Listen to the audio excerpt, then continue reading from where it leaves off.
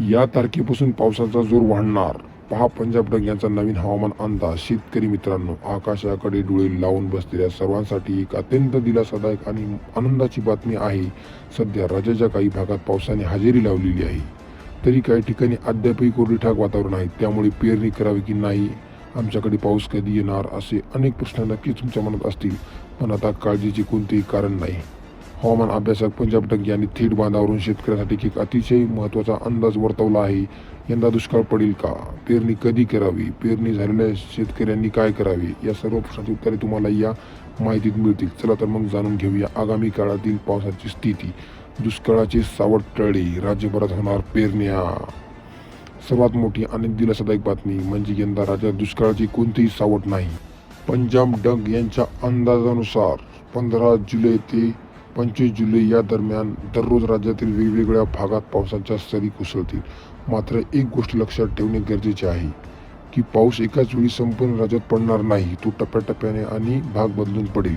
त्यामुळे ज्या गावामध्ये किंवा जिल्ह्यात अद्याप पाऊस झालेला नाही, तिथेही तो लवकरच पोहोचेल आणि सर्व शेतकऱ्यांच्या पेरण्या नक्कीच पूर्ण होतील. कोणत्या विभागात कशी असेल पावसाची स्थिती ती जाणून घेऊया.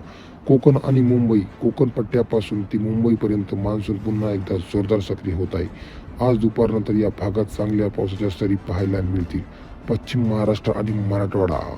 सातारा, सांगली, सोलापूर, कोल्हापूर तसेच मराठवाड्यातील बीड, धाराशिव, लातूर, परभणी, नांदेड, हिंगोली, छत्रपती संभाजीनगर आणि जालना येथील अनेक शेतकऱ्यांच्या नजरा पावसाकडे आहेत. या सर्व जिल्ह्यामध्ये 15 जुलै तारखेपासून ते 10 ऑगस्ट दररोज कुठे ना कुठे पाऊस पडणार आहे. त्यामुळे पेरणीसाठी लवकरच उत्तम वातावरण तयार होईल. विदर्भातील 11 जिल्ह्यामध्ये विखुरलेल्या स्वरूपात पाऊस सुरू आहे. ज्या भागाला अद्याप पावसाने हुलकावणी दिली आहे, तिथे येत्या काही दिवसात पेरणीयोग्य पाऊस होईल.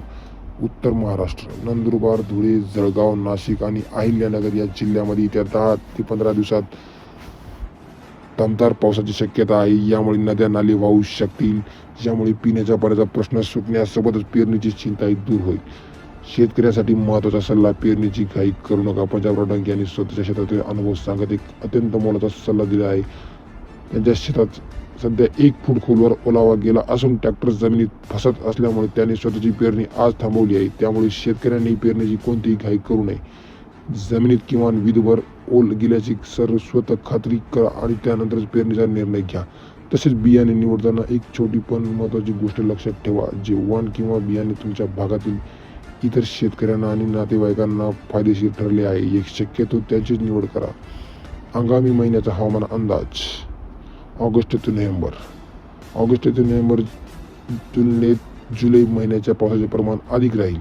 तर ऑगस्ट महिन्यात पावसाचे 2 मोठे आणि दमदार टप्पे पाहायला मिळतील. सप्टेंबर आणि ऑक्टोबर परतीचा मान्सून खूप जोरदार पसरणार असून तो राज्याला चांगला झोडपून काढेल असा अंदाज आहे. हिवाळ्याची चाहूल 15 नोव्हेंबरपासून राज्यात थंडीला सुरुवात. धन्यवाद. असेच नवनवीन व्हिडिओ पाहण्यासाठी आमच्या न्यूज अपडेट चॅनलला नक्की सबस्क्राईब करा व समोरील बेल ऐकून दाबा.